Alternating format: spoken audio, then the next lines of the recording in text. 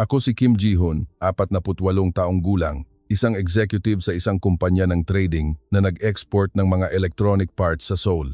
Ang buhay ko ay malinaw na nakaguhit mula pagkabata.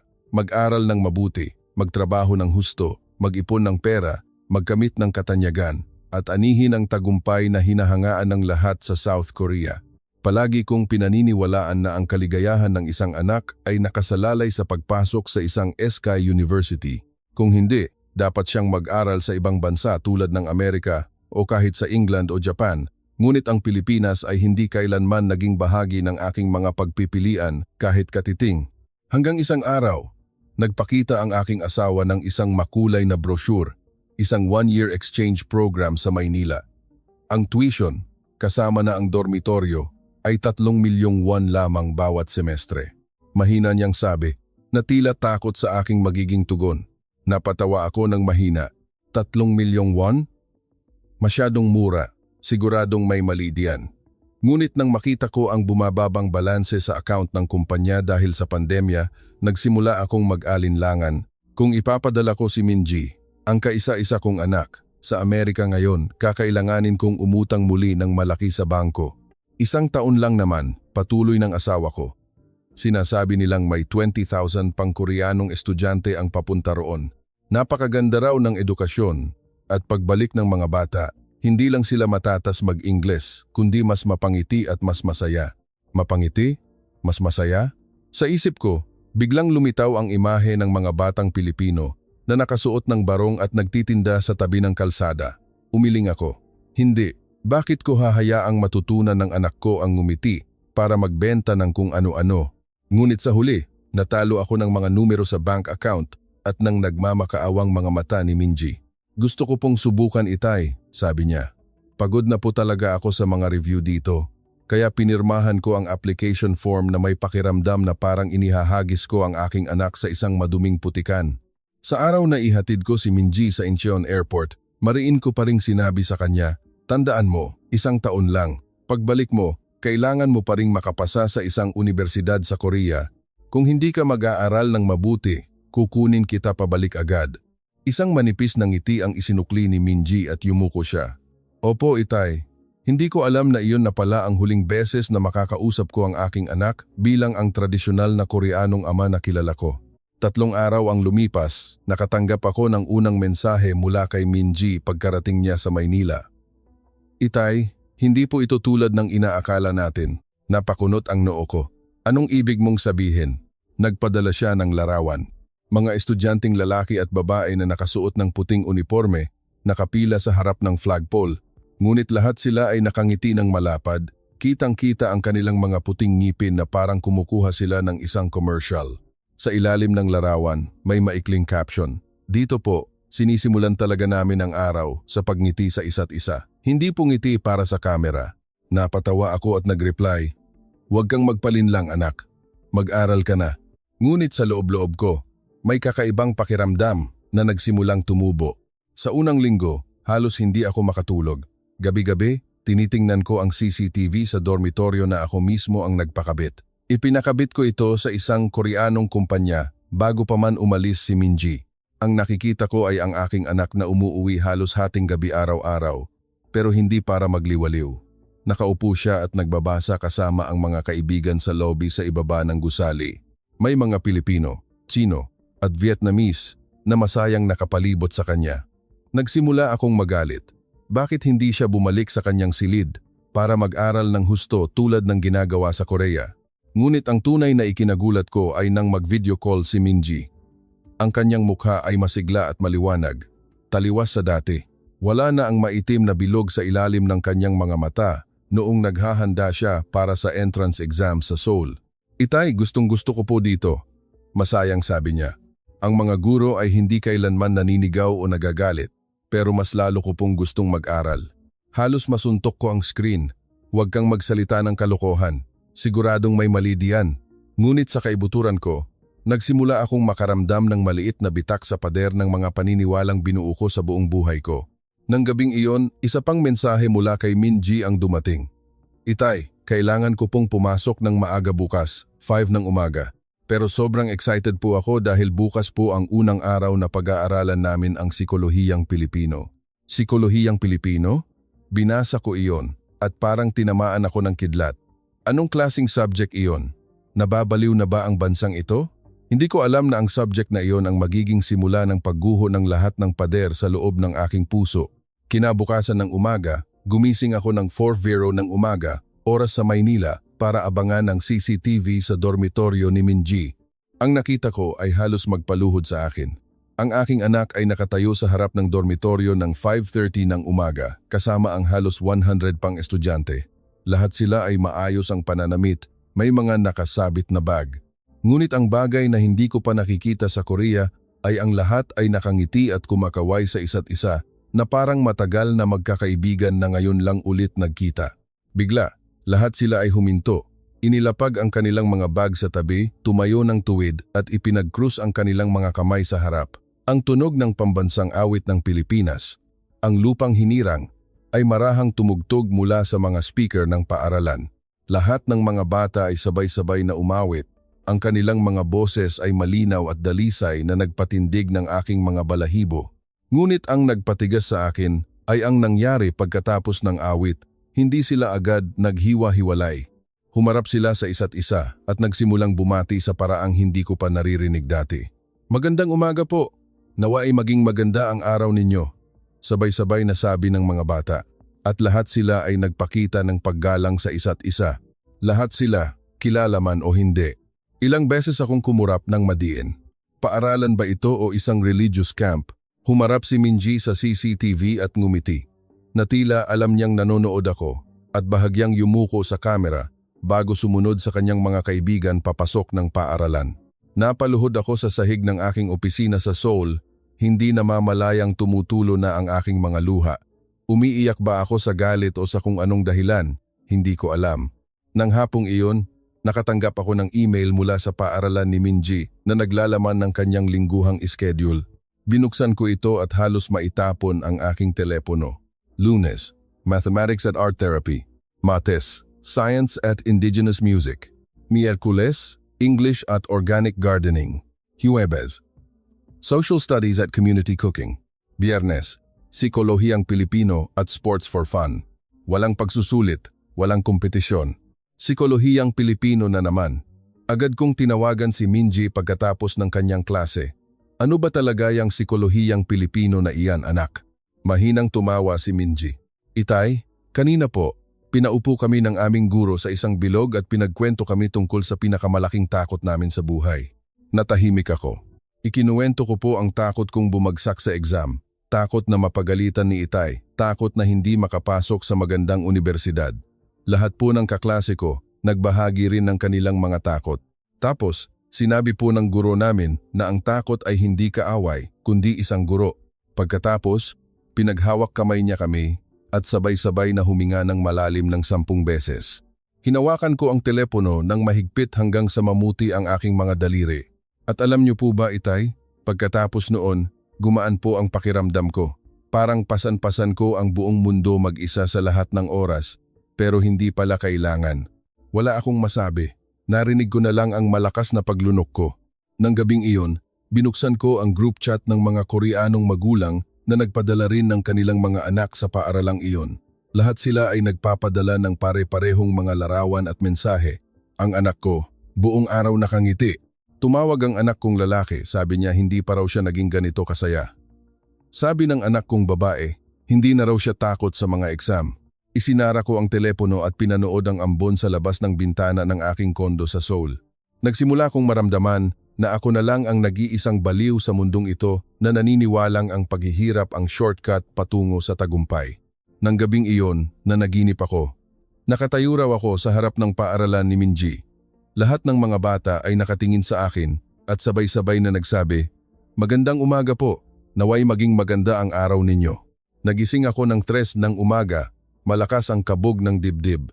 Binuksan ko ang aking computer at nag-type ng Sikolohiyang Pilipino Philippines sa Google. Ang screen ay napuno ng mga research mula sa mga nangungunang unibersidad sa mundo na nagsasabing ang mga bansang may pinakamataas na happiness index ay karaniwang may pinakamababang suicide rate sa mga kabataan. Nagbasa ako habang tumutulo ang luha. Nabasa ko ang isang webpage na isinulat ng isang Koreanong psychologist na nagpadala rin ng kanyang anak dito. Nakasulat, "Akala ko dati, ang kaligayahan ay isang gantimpala pagkatapos makamit ang tagumpay. Ngunit dito, itinuro sa akin na ang tunay na tagumpay ay ang pagnanais ng aking anak na mabuhay pa para sa kinabukasan." Isinara ko ang computer at naupo, yakap ang aking mga tuhod sa kadiliman ng matagal. Kinabukasan ng umaga, ginawa ko ang isang bagay na hindi ko kailanman inakalang gagawin ko sa buong buhay ko. Nag-book ako ng pinakamadaling flight papuntang Maynila. Gusto kong makita ng sarili kong mga mata kung ano ang ginagawa ng bansang ito na dati kong minamaliit sa aking anak. Lumapag ang eroplano sa NAIA ng 5:30 ng umaga. Lumabas ako mula sa arrival gate na parang isang taong kagigising lang mula sa isang 18 oras na bangungot. Ngunit ang unang sumalubong sa akin ay hindi ang maalinsangang init na inaasahan ko. Ito ay ang ngiti ng isang immigration officer na nagsalita sa akin sa malinaw na Korean. "Magandang umaga po, ama ni Minji. Welcome to the Philippines." Natigilan ako kaya kinailangan pa akong tapikin ng officer sa balikat. "Dito po, sir. Special lane para sa mga magulang ng exchange students." Sumunod ako, gulong-gulo pa rin, hanggang sa baggage claim area. May isang karton na may sulat kamay. "Welcome, Mr. Kim Ji-hon, mula sa pamilya ni Minji." Sa ilalim ng pangalan, may mga drawing ng mga bulaklak ng sampagita at dilaw na puso. Nakatayo ako roon ng matagal hanggang sa isang porter ang tumapik sa aking braso. "Sir, sa inyo po ba itong bagahe?" sabi niya. Nakangiti ng malapad. Automatiko akong tumango at sumunod sa kanya palabas. Hindi namamalayan na napapangiti na rin pala ako. Naghihintay na ang taxi na nibook ko. Ang driver, isang lalaking nasa 50s, ay binuksan ang pinto para sa akin at nagpakita ng paggalang. "Sa International School Manila po, tama? Alam ko po ang daan, hindi po tayo matatraffic." Habang nasa biyahe, tinanong niya ako sa pinaghalong Korean at Tagalog. "Pagod po ba kayo, sir? Gusto niyo po ba ng Korean music?" At nagpatugtog siya ng isang kanta ng Blackpink nang mahina nang hindi na naghihintay ng sagot. Tumingin ako sa labas ng bintana. 6:00 ng umaga sa Maynila. Sobrang traffic tulad ng naririnig ko. Ngunit ang hindi ko pa naririnig ay sa gitna ng trapiko. Ang mga driver ay nagngingitian at kumakaway sa isa't isa at walang kahit isang bumubusina. Pakiramdam ko ay napunta ako sa ibang dimensyon. Dumating kami sa paaralan ng eksaktong 7 ng umaga. Tumakbo si Minji papalabas nang bumaba ako sa sasakyan. Medyo pumayat siya, ngunit ang kanyang mukha ay nagliliwanag. "Itay, dumating ka po." Niyakap niya ako ng mahigpit na halos hindi ako makahinga. Niyakap ko siya pabalik. Hindi namamalayan na nangingilid na ang aking mga luha. "Nandito si Itay para tingnan kung kamusta ka na." Tumawa si Minji. "Makikita niyo po mismo, Itay." Dinala niya ako papasok sa paaralan. Nakita ko ang mga estudyante na nagtutulungang magbuhat ng mga mesa at upuan para sa kanilang palaro ng lahi o sports day. Walang gurong nag-uutos, ngunit lahat ay gumagawa ng may ngiti. At nakita ko ang isang malaking banner. Ngayong araw, walang pag-aaral ng libro. Mayroon lamang pag-aaral kung paano maging masaya ng magkakasama. Tumingin ako kay Minji. "Talagang walang klase ngayon?" Tumango siya. "Opo, sa aming palaro ng lahi, walang mananalo, walang matatalo. Mayroon lamang mga magkakaibigan na nagsasaya ng sama-sama." Nakatayo ako roon, tulala. 3:00 ng hapon, nakaupo ako at nakikinig sa isang klase ng Psikolohiyang Pilipino sa unang pagkakataon, kasama ang klase ni Minji. Ang guro ay isang maliit na Pilipinang babae, marahil nasa maagang 30s. Sinimulan niya ang klase sa pamamagitan ng pagpapatayo sa lahat ng mga estudyante at pagpaharap sa isa't isa. "Ngayong araw, sasanayin natin ang pagpapatawad sa ating sarili," sabi niya. Pinapikit niya ang lahat at dahan-dahang nagsalita. "Kung nagkamali tayo ngayon, hindi natin papagalitan o parurusahan ang ating sarili. Sa halip, yayakapin natin ang ating sarili ng mahina at sasabihin, 'Okay lang yan, sa susunod, gagalingan ko pa.'" At nilapitan ng guro ang bawat estudyante, niyakap sila, at may ibinulong sa kanilang mga tainga. Nakita ko si Minji na nakapikit. May luhang dumadaloy sa kanyang mga pisngi, ngunit siya ay nakangiti. Ang guro ay lumapit sa akin bilang huli. Nagbigay galang siya sa akin at mahinang nagsalita sa Korean. "Ginoo, salamat po sa pagiging matapang na hayaan ng inyong anak na matutunang mahalin ang kanyang sarili. Napaluha ako roon mismo. Nang dapit hapon, dinala ako ni Minji para kumain sa cafeteria ng paaralan. May mga Pilipino, Koreano, Hapon at Chino na kumakain ng magkakasama na parang isang malaking pamilya. Isang Koreanong batang lalaki ang lumapit sa akin at nagbigay galang. Magandang araw po, ama ni Minji. Ako po si Junho. Nagtangka po akong magpakamatay noong nakaraang taon. Ngunit pagkatapos kong mag-aral dito, gusto ko na pong mabuhay araw-araw. Niyakap ko ang bata nang hindi namamalayan. Nang gabing iyon, bumalik ako sa hotel malapit sa paaralan. Binuksan ko ang CCTV sa dormitoryo sa huling pagkakataon. Si Minji ay nakikipag-usap sa isa pang kaibigang Koreano. Alam mo ba, sabi niya, dati sinabi sa akin ng tatay ko na kung hindi tayo maghihirap, hindi tayo gagaling. Pero ngayon, alam ko na kung hindi natin mamahalin ang ating sarili, hindi tayo gagaling talaga. Isinara ko ang computer at naupong umiiyak mag-isa sa madilim na silid. Umiyak ako dahil natanto kong malapit ko nang iwanan ang mga paniniwalang pinanghawakan ko sa loob ng 48 taon at hindi na ito maibabalik pa. Natakot ako, ngunit kasabay nito, nakaramdam ako ng gaan na hindi ko pa naramdaman kailanman. Kinabukasan, gumising ako na may kakaibang pakiramdam na parang isang taong namatay at muling nabuhay sa parehong katawan. Nagpasya akong huwag nang bumalik sa Korea ayon sa plano. Nagpaalam ako na mananatili pa ng 3 araw nang hindi sinasabi sa kumpanya. Gusto kong malaman kung gaano kalalim ang himalang nangyari sa aking anak. Dinala ako ni Minji sa isang proyektong tinatawag na Dream School, isang elective tuwing Sabado. Bawat estudyante ay kailangang pumili ng isang proyekto na gusto nilang gawin para sa komunidad at isakatuparan ito sa loob ng isang semestre. Sa unang silid na pinasok ko, 3 Koreanong estudyante ang gumagawa ng isang application na tinatawag na Yakapin Mo Ako. Isang app na magpapadala ng alerto sa mga kaibigan kapag nakita nitong ang user ay nagpapakita ng sintomas ng depresyon gamit ang AI para suriin ang tono ng boses at heart rate mula sa isang smartwatch. Isang bata ang lumingon sa akin at nagbigay galang. Ginoo, gusto ko na rin pong mamatay dati, pero ngayon, gusto kong tulungan ng iba na huwag maramdaman ang naramdaman ko. Nanginginig akong nakatayo.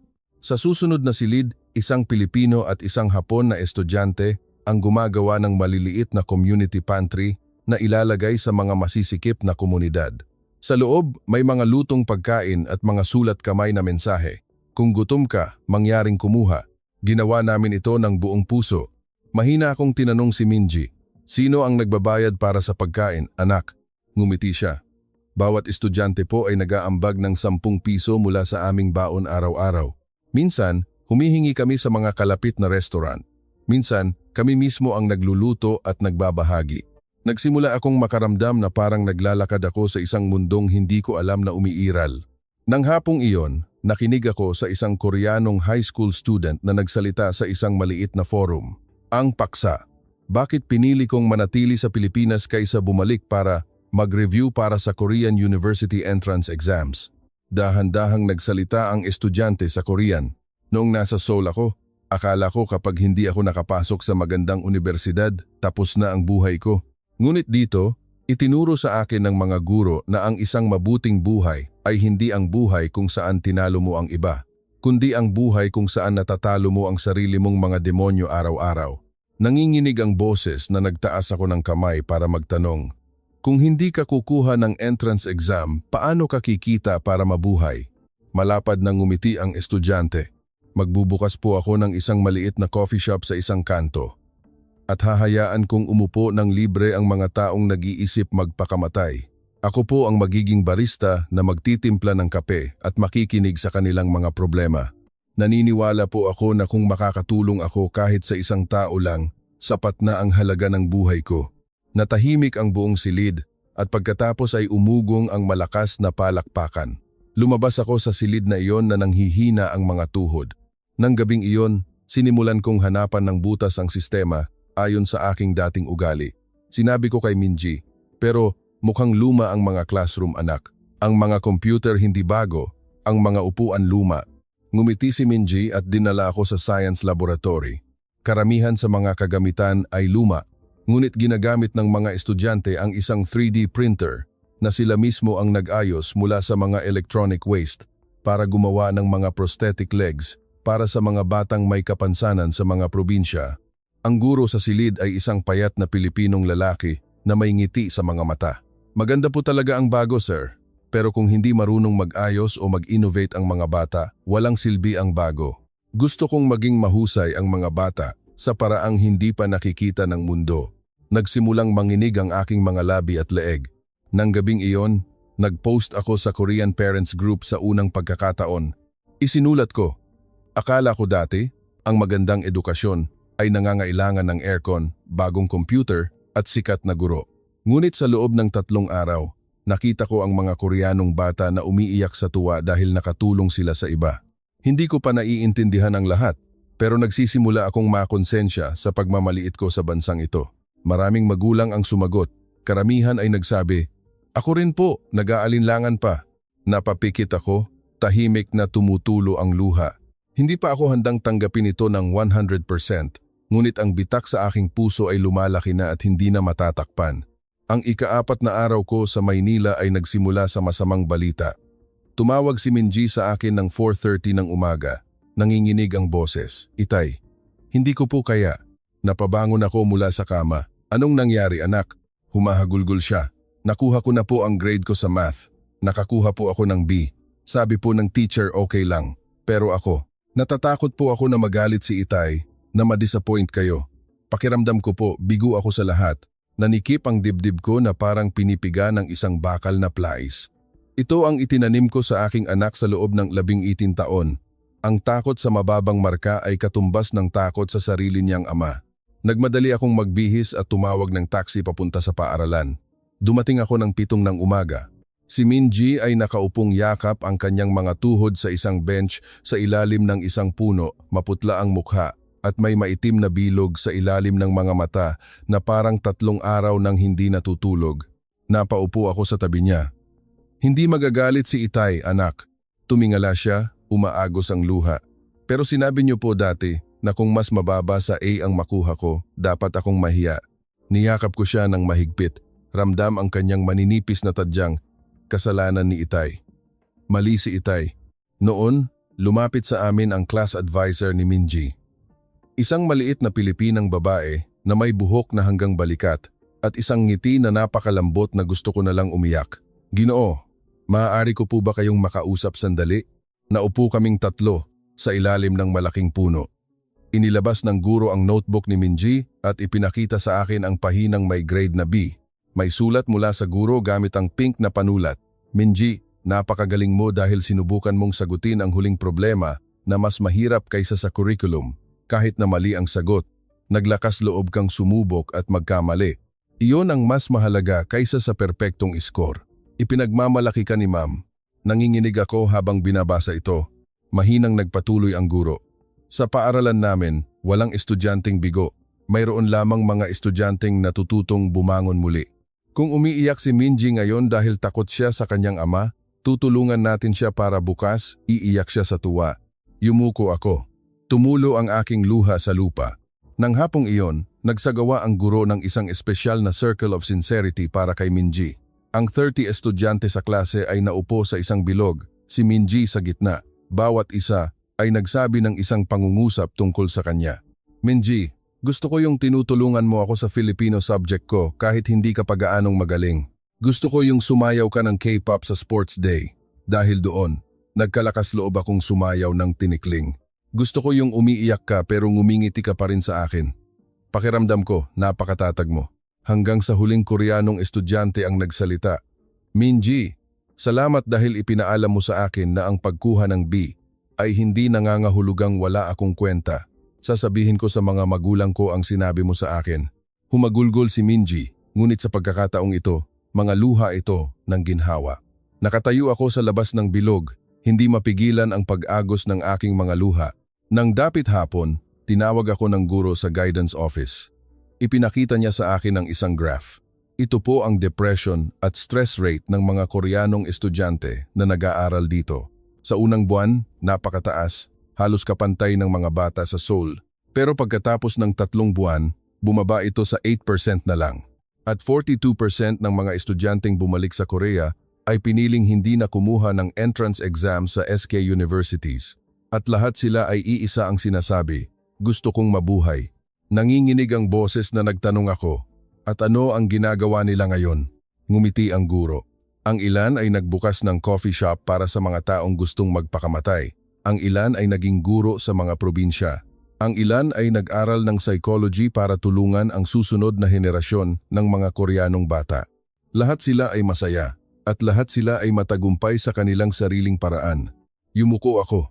Natatakot ako na kung hindi mag-aaral ng mabuti ang anak ko, wala siyang magiging kinabukasan. Hinawakan ng guro ang aking kamay. Ginoo, ang kinabukasang itinayo sa pagdurusa ay babagsak din balang araw. Ngunit kung ang kinabukasan ay itinayo sa pagmamahal sa sarili, ito ay magtatagal magpakailanman. Nang gabing iyon, niyakap ko si Minji habang umiiyak siya sa aking mga bisig.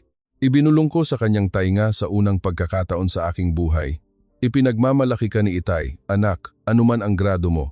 Patawarin mo si Itay dahil tinakot kita dati. Lalong lumakas ang iyak ni Minji, ngunit mas humigpit ang yakap niya sa akin. Alam ko na, ito na ang turning point. Ang punto kung saan hinayaan kong mamatay ang aking mga lumang paniniwala. Sa ikalimang araw, nagising ako sa walang tigil na pag-vibrate ng aking telepono. Ang aking personal na sekretarya mula sa kumpanya, sa Seoul, President, bumagsak po ng 7% ang stocks ng kumpanya kaninang umaga. Nagtatanong po ang mga investor kung nasaan kayo. Bakit hindi po kayo sumasali sa remote meeting? Natahimik ako. Nanginginig ang boses na nagpatuloy ang sekretarya.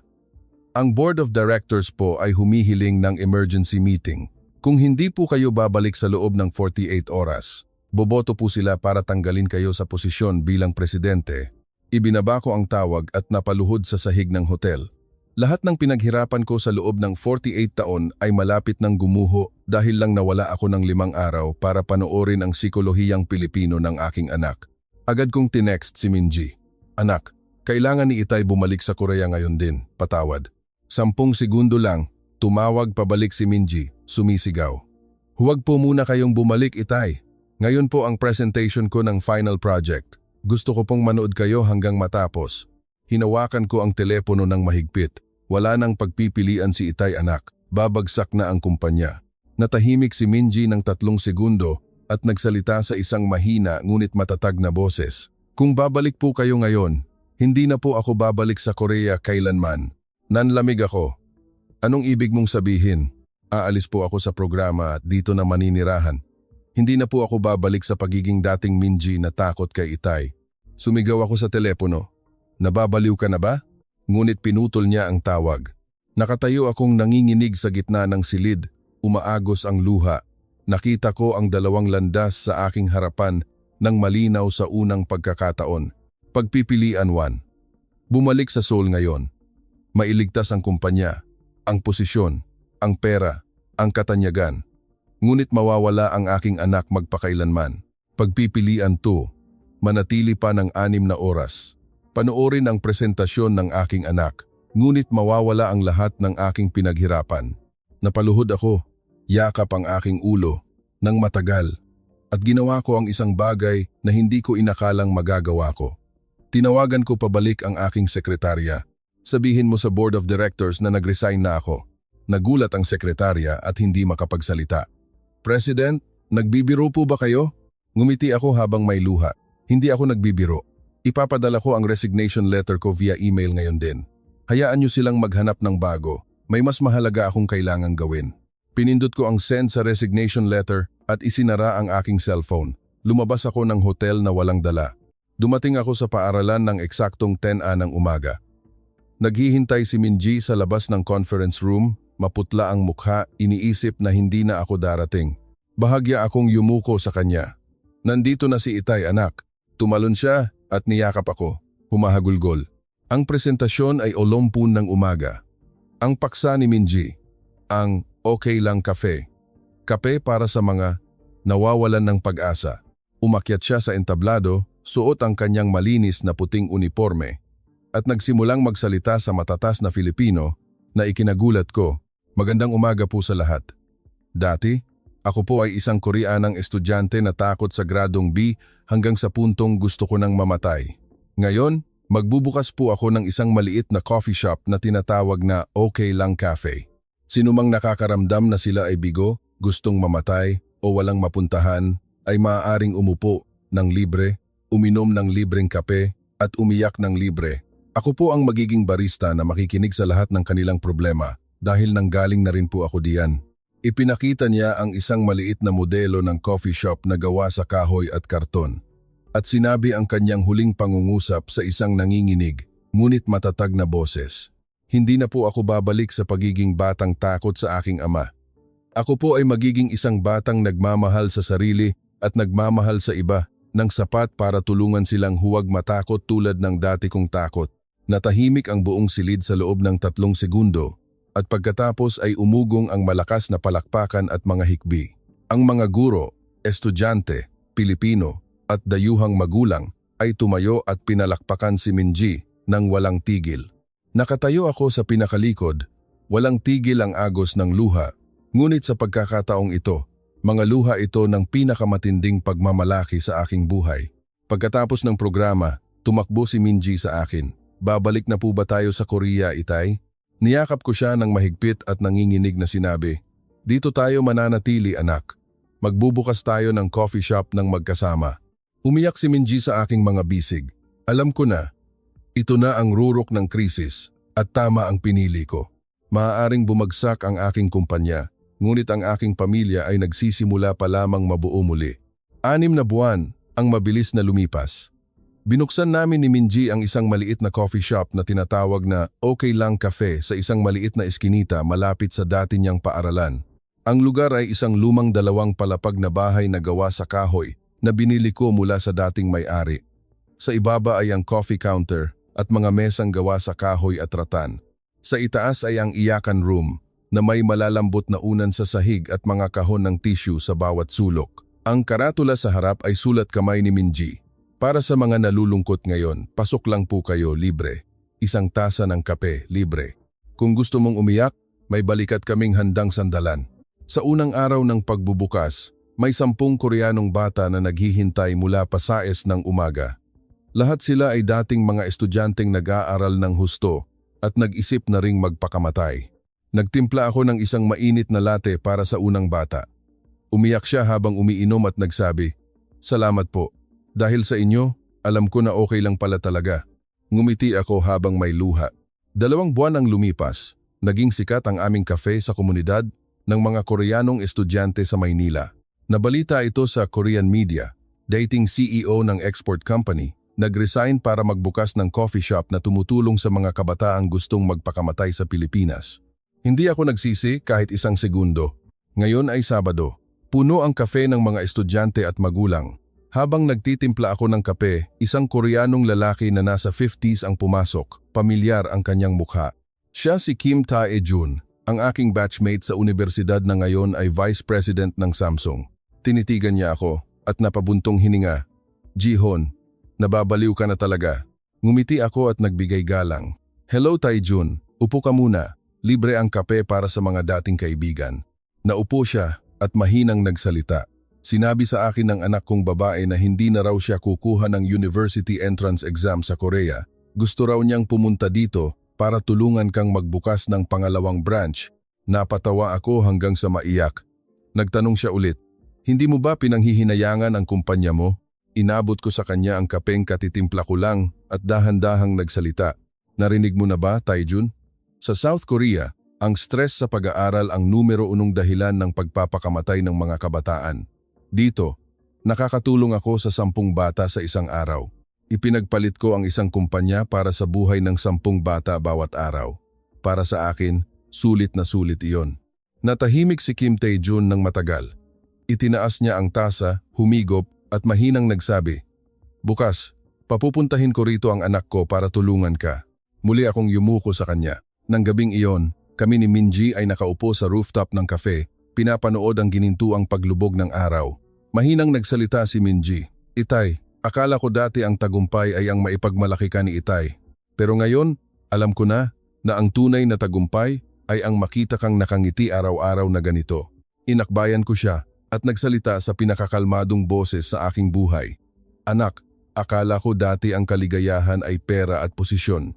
Ngunit tinuruan ako ng Pilipinas na ang kaligayahan ay ang gumising sa umaga, na gusto mo pang mabuhay at makita kang nakangiti ng walang anumang takot. Nagyakapan kami ng tahimik hanggang sa tuluyang lumubog ang araw. Alam ko na, ang aming bagong buhay ay nagsisimula pa lamang at ito ay higit na maganda kaysa sa aking pinangarap. 1 taon ang mabilis na lumipas. Ang Okay Lang Cafe ay lumago.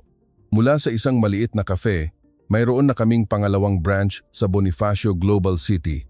Ang mga Koreanong estudyante mula sa mga kalapit na paaralan ay dumarating para mag-volunteer. Ang ilan ay tumutulong magtimpla ng kape. Ang ilan ay nakikinig sa mga kwento ng kanilang mga kaibigang nalulumbay. Ngayon ang aming unang anibersaryo. Nakatayo ako sa harap ng kafe. Pinapanood ang mga Koreanong estudyanteng nakasuot ng barong na nagbibigay ng libreng kape sa mga dumadaan. Ang bango ng kape na humahalo sa amoy ng ambon ay nagpapainit sa aking puso. Lumapit si Minji na may dalang isang tasa ng mainit na kape. Itay, may espesyal po tayong bisita ngayon. Napakunot ang noo ko. Sino anak? Malapad siyang ngumiti. Si Mr. Kim Tae-jun po at ang kanyang anak. Lumingon ako at napatawa ng mahina. Nandoon si Tae-jun, kasama ang kanyang 85 taong gulang na anak na babae na may napakasiglang mukha, hindi na ang batang stressed sa mga exam. Yumuko si Tae-jun sa akin. Ji-hoon, salamat sa pagbubukas ng daan para sa anak ko. Itinigil na niya ang pagre-review para sa exam at tumutulong na siya sa cafe mo. Yumuko ako pabalik. Welcome kayo rito, Tae-jun. Tulungan tayong alisin ang kalungkutan ng mga Koreanong bata. Lumapit ang kanyang anak kay Minji at nagyakapan sila ng mahigpit. May ibinulong sila sa isa't isa at sabay na tumawa. Nang gabing iyon, pagkatapos magsara, nag-usap kami ni Minji sa ilalim ng liwanag ng buwan. Ang ingay ng trapiko sa malayo ay mahinang naririnig. Ngunit sa loob ng aming cafe ay payapa. Mahinang nagsalita si Minji. Itay, natutuwa po ako na pinili ninyong manatili dito. Alam kong marami kayong isinakripisyo. Hinawakan ko ang kanyang kamay at dahan-dahang nagsalita. Anak, walang isinakripisyo si Itay. Sa halip, nabawi ko ang puso kong dating matigas na parang bato. Tumingala siya sa akin, nangingilid ang luha.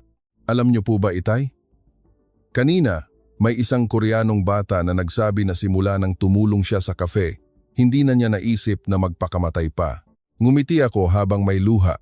Iyan ang dahilan kung bakit nanatili si Itay. Hindi lang para tulungan ang mga Koreanong bata, kundi para tulungan ang mga bata ng lahat ng lahi na malaman na ang buhay ay mas mahalaga kaysa sa inaakala nila. Nang gabing iyon, nakatanggap ako ng email mula sa Board of Directors ng dati kong kumpanya. Hinihiling nila na bumalik ako para pag-usapan ang isang bagong acquisition. Ngunit iisang pangungusap lang ang isinagot ko. Salamat po, ngunit nakahanap na ako ng mas mahalagang trabaho. Kinabukasan ng umaga, pumunta kami ni Minji sa isang simbahan malapit sa kafe. Nagsindi kami ng kandila, ang amoy ng natutunaw na wax na humahalo sa amoy ng mga bulaklak ng sampaguita ay pumuno sa hangin. Nagdasal kami at tahimik na bumulong sa aming mga puso. Salamat, Pilipinas, sa pagbibigay sa akin ng pangalawang buhay. Nakatayo si Minji sa tabi ko. Nagdasal din, at pagkatapos ay lumingon at ngumiti sa akin. Ang ngiting iyon ang pinakapinagmamalaki ko sa aking buhay. Alam ko na, ang paglalakbay na ito ay hindi lamang paglipat ng bansa, kundi pagbabago ng puso. At ang pusong nagbago ay hindi na kailanman babalik sa dati. 2 taon ang lumipas. Ngayon ang unang Sabado ng Disyembre. Ang Okay Lang Cafe ay may 6 na branch na sa Metro Manila, Cebu at Baguio at isa sa Seoul. Nakatayo ako sa harap ng branch sa Seoul. Ang branch na itinayo namin ni Minji gamit ang lahat ng natitira naming ipon. Ang karatula ay nasa 2 wika. Okay Lang Cafe, Gensha na Kape. Daan-daang Koreanong kabataan ang nakapila mula pa 6 ng umaga. Ang ilan ay may hawak na mga karatula. Salamat sa pagpapanatili sa aking buhay. Nakatayo si Minji sa tabi ko. Siya ay 20 taong gulang na ngayon, may buhok na hanggang balikat at payat pa rin. Ngumiti siya sa akin at bahagyang yumuko. Itay, magsasalita po ako sa entablado ngayon. Tumango ako. Nangingilid ang luha. Ang maliit na entablado sa harap ng branch sa Seoul ngayon ang opisyal na pagbubukas. May mga reporter mula sa Korea at Pilipinas at daan-daang magulang na dumalo. Umakyat si Minji sa entablado, suot ang parehong puting uniforme na suot niya sa kanyang unang presentasyon. Hinawakan niya ang mikropono at nagsalita sa malinaw at matatag na Korean. Hello po, ako po si Kim Min-ji. 2 taon na ang nakalipas, ako po ay isang Koreanang estudyante na takot sa gradong B hanggang sa puntong gusto ko nang mamatay. Ngayon, nakatayo ako rito para sabihin sa lahat na ang tunay na tagumpay ay hindi ang pagpasok sa isang SK University, kundi ang paggising sa umaga na gusto mo pang mabuhay. Akala namin ng tatay ko dati, ang pagmamahal ay ang pagpilit sa isang anak na maging mahusay. Ngunit tinuruan kami ng Pilipinas na ang tunay na pag-ibig ay ang pagpapahintulot sa isang anak na maging kanyang sarili. Ngayon, ang aming kafe ay hindi nagbebenta ng kape, kundi nagbebenta ng pag-asa sa bawat batang nag-akalang wala silang halaga. Huminto siya sandali at dahan-dahang yumuko sa lahat. Salamat Pilipinas. Salamat sa pagbibigay sa amin ng tatay ko ng pangalawang buhay. At salamat sa inyong lahat sa paggawa, sa okay lang, na isang salitang umalingaw-ngaw sa buong mundo. Umugong ang malakas na palakpakan sa buong kalye. Pinanood ko ang aking anak, walang tigil ang agos ng luha, ngunit hindi ito luha ng kalungkutan. Ito ay luha ng isang taong namatay na at muling nabuhay sa isang lupaing dati niyang minamaliit. Pagkatapos ng programa, bumalik kami ni Min-ji sa loob ng kafe. Isang Koreanong bata ang tumakbo sa akin at yumuko. Salamat po dahil nandito pa rin ako hanggang ngayon. Yumuko ako at niyakap ang bata at bumulong, okay lang yan anak. Mula ngayon, magiging maayos na ang lahat. Sa labas, nagsimulang umambon ng nyebe sa unang pagkakataon sa winter ng Seoul. Ngunit sa loob ng aming kafe, mainit na parang tag-init sa Maynila. Humarap ako kay Min-ji at sinabi ang huling pangungusap na gusto kong maging pamana ng aking buhay. Anak, hindi kailangan ng mundo ang pinakamagaling na tao. Ang kailangan nito ay ang mga taong kayang iparamdam sa iba na okay lang yan. At iyon ang ibinigay sa atin ng Pilipinas. Hindi lang isang ngiti, kundi isang pusong sapat na malakas para yakapin ang sakit ng buong mundo. Malapad na ngumiti si Min-ji at mahinang sumagot, Opo, Itay. At mula ngayon, ipapasa natin ang okay lang na ito sa bawat bata sa mundo. Hanggang sa dumating ang araw na walang batang matatakot sa gradong B. Niyakap ko ang aking anak ng mahigpit at natanto ko na hindi ito ang katapusan ng kwento, kundi ang simula ng isang himala na kumakalat na sa buong mundo mula sa isang lupaing dating minamaliit, ngunit may sapat na lakas para pagalingin ang puso ng milyon-milyong bata. Hindi lang ako at si Min-ji ang binago ng Pilipinas. Binabago nito ang mundo, isang ngiti, isang tasa ng kape, at isang okay lang sa bawat pagkakataon. At gugugulin ko ang natitirang bahagi ng aking buhay para ipasa ang salitang okay lang yan sa abot ng aking makakaya. Dahil ako ang amang muntik nang pumatay sa sarili niyang anak dahil sa maling pagmamahal. At ngayon, ako ang amang nagmamahal sa kanyang anak sa pinakatamang paraan. Salamat Pilipinas sa pagbabalik sa akin bilang isang tao.